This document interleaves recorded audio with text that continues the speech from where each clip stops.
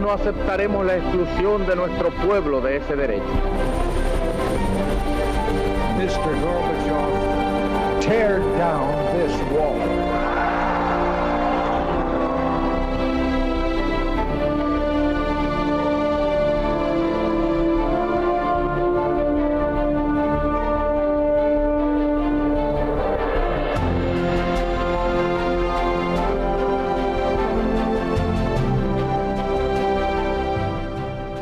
Muy buenas noches, señoras, caballeros. La semana pasada en Madrid el Colegio de Abogados acogía un singular acto que básicamente venía a tratar de defender la compatibilidad entre masonería e iglesia. Aún más, en medios de conocedores ya se avanzaba la idea de que la legislación pronto contemplará como delito el hablar mal de la masonería, una especie de masofobia.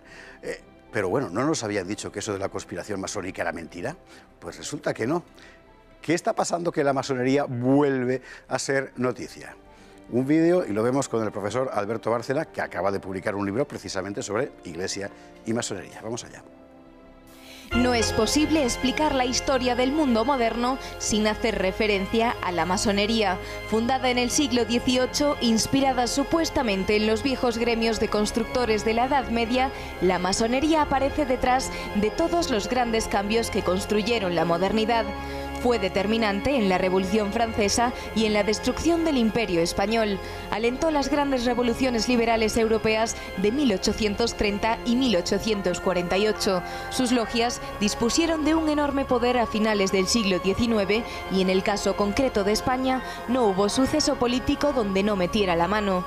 Es bien sabido que durante la Segunda República se decía que la masonería era la primera fuerza política de las Cortes, porque numerosos diputados, tanto de derechas como de izquierdas, pertenecían a sus filas. ¿Qué es exactamente la masonería? Una sociedad secreta de carácter filosófico o más precisamente ideológico que aspira a orientar la marcha del mundo según sus propios principios, al tiempo que predica la perfección moral de sus miembros. ¿Y cuáles son esos principios? Muy sumariamente, la creencia de un ser supremo ordenador que no es Dios, la fe absoluta en la libertad del individuo por encima de naciones y credos y la aspiración a construir una fraternidad universal fundada sobre tales preceptos. Hay dos grandes obediencias, la inglesa y la francesa. Esta última se ha caracterizado siempre por su mayor radicalidad, pero en lo sustancial las dos comparten los mismos fundamentos. Esos principios encajan absolutamente con la visión moderna del mundo y por eso a la masonería le ha correspondido un papel de vanguardia en casi todos los grandes cambios de Occidente que ha vivido desde la Revolución Francesa. Del mismo modo, tal programa la enfrenta por definición a la Iglesia Católica, hasta el punto de que buena parte de la historia moderna puede contarse como una guerra entre la masonería y la Iglesia. Y Hoy la masonería sigue existiendo y, por supuesto, actuando. En países como Francia o en las naciones hispanoamericanas, su influencia es pública y notoria y habitualmente se recoge en los medios de comunicación. En otros contextos culturales es menos visible, pero su influencia no es menor. Por otra parte, su espíritu aparece claramente en las iniciativas que desde hace 40 años vienen construyendo el llamado mundo global. No, nunca es intempestivo hablar de la masonería, quizás hoy menos que nunca. Don Alberto Bárcena, muy buenas noches de nuevo. Bienvenido a Tiempos Modernos otra vez para hablar de un asunto que además es el de tu último libro, de Iglesia y Masonería. Hemos dicho en el vídeo que la iniciativa del orden global de los últimos 40 años, en realidad son más de 40 desde que empezó a construirse esto, y la influencia de la masonería que creíamos periclitada, resulta que no. Estamos viendo ahora que públicamente vuelve a darse a conocer. Ahora están en un pleno proceso de normalización, lo llaman, saliendo del secretismo en el que tampoco se sabe por qué estaban. Porque si es una asociación que está legalizada desde la transición, así es, que lo consiguieron mediante sentencia firme, pero ya están legalizados, ¿por qué tanto secreto y ocultismo? Hace poco veía un titular en el que decía que han tenido el valor los masones canarios de salir del armario masónico. ¿Y por qué estaban en un armario? Nadie les obligaba a estar ahí metidos. ¿Por qué estaban en un armario, porque efectivamente? querían estar en él, porque evidentemente... Quiero decir que además todo el mundo lo sabía. Cuando yo recuerdo cuando la Fundación Cibes del gobierno Zapatero saca la educación para la ciudadanía, todo el mundo sabía que era precisamente ese mundo, ¿no? Claro, lo que pasa es que, por ejemplo, ya cuando las grandes decisiones políticas es mejor no dar esa imagen. Ya. Porque realmente que haya una sociedad secreta que marca las pautas de las políticas del gobierno no queda bien, porque en el fondo no deja de ser una prostitución de la democracia, ¿no? Lo fundamental en el curso de los últimos 300 años, por así decir, es el enfrentamiento cerval, y además irreconducible entre la masonería y la Iglesia. Lo que hemos visto en los últimos semanas, meses, es el intento de conciliarlas. ¿Es posible conciliarlas como se pretende desde tantos ámbitos? En absoluto. Y además decía el cardenal Rabasi hace ya un año que había que abrirse al diálogo, que era conveniente abrirse al diálogo entre masonería y Iglesia, pero si ese diálogo se ha dado. Es más, los obispos alemanes, la Conferencia Episcopal Alemana mantuvo 6 años de reuniones con la Gran Logia de Alemania a ver si era posible ya llegar a admitir esa doble pertenencia. Y el resultado es categórico. Publican en el Observatorio Romano los obispos que no, de ninguna manera. La masonería es la de siempre, dicen, y no se puede pertenecer a ella siendo católico. Y la razón es que la masonería parte de la negación de Dios personal. Bueno, ellos dicen que aceptan cualquier clase de religión. Ya. Lo único que no, en la masonería regular, es al estúpido ateo. Pero claro, todo lo que no sea un ateo, el que reconozca al gran arquitecto del universo como divinidad, pues tiene cabida. Pero claro, ¿quién es el gran arquitecto del universo? Desde luego, el Dios de la revelación no es. Eso por supuesto que no.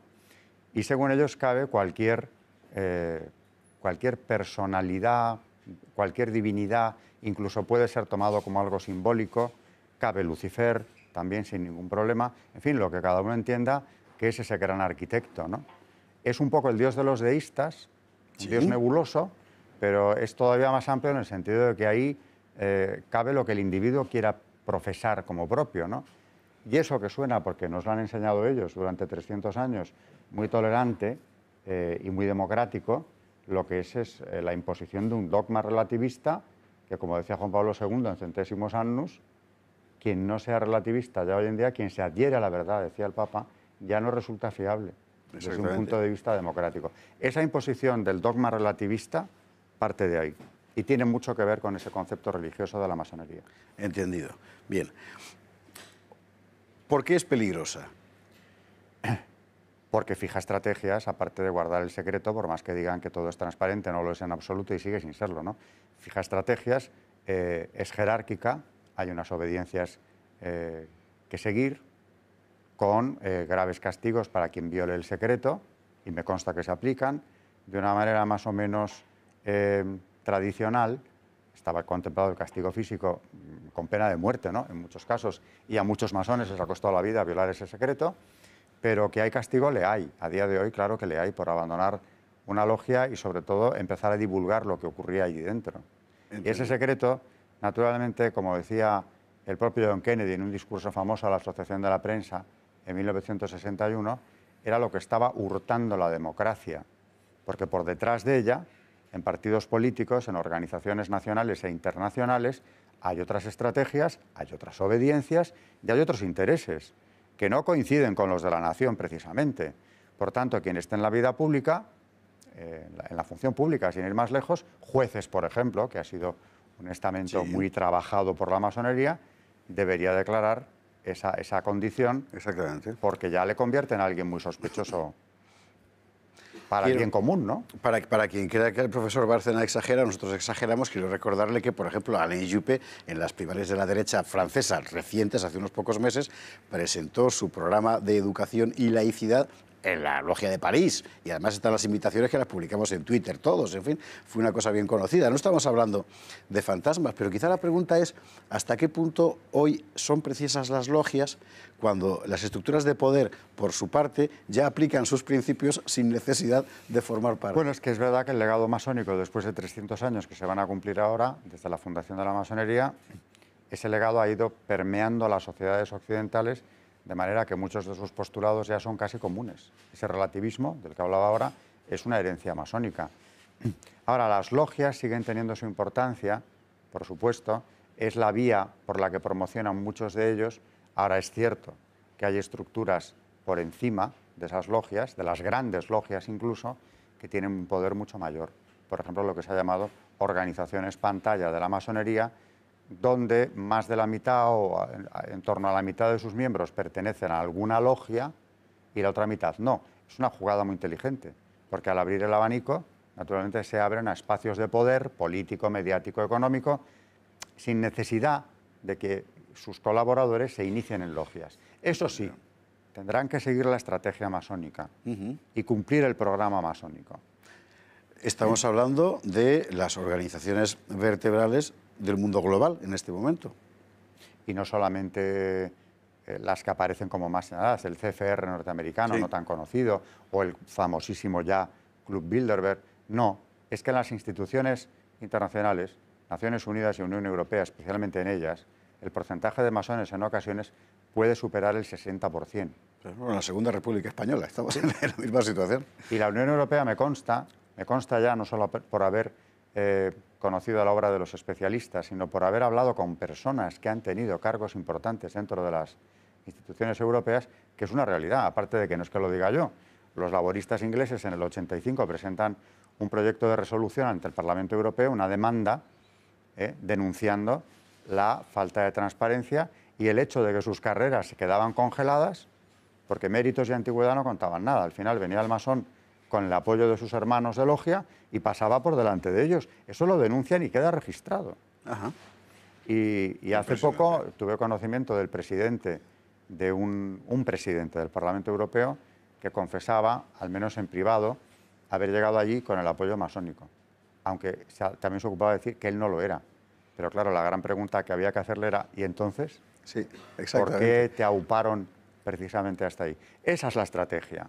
O sea, sin necesidad de pertenecer a una logia concreta, si entras en esa trama, puedes alcanzar cargos como ese, inclusive. Bueno, dicen que fue la carrera de Azaña en su momento, ¿no? Que él no pertenecía y que al final es el elevado por ellos, ¿no? Bueno, Azaña se inicia siendo ya ministro, porque, bueno, presidente incluso del gobierno, en la Segunda República del año 32. Exactamente. Ya por fin entra en una logia, no porque le aupen, sino porque comprende que si quiere tener el control de la vida política española en ese momento, necesita estar dentro.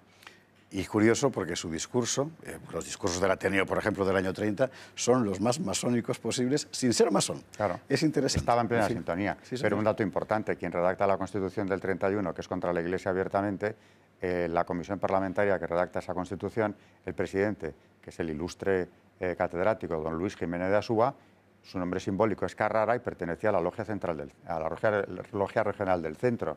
Así se entiende el texto constitucional. Así se entiende el texto constitucional y tantas otras cosas.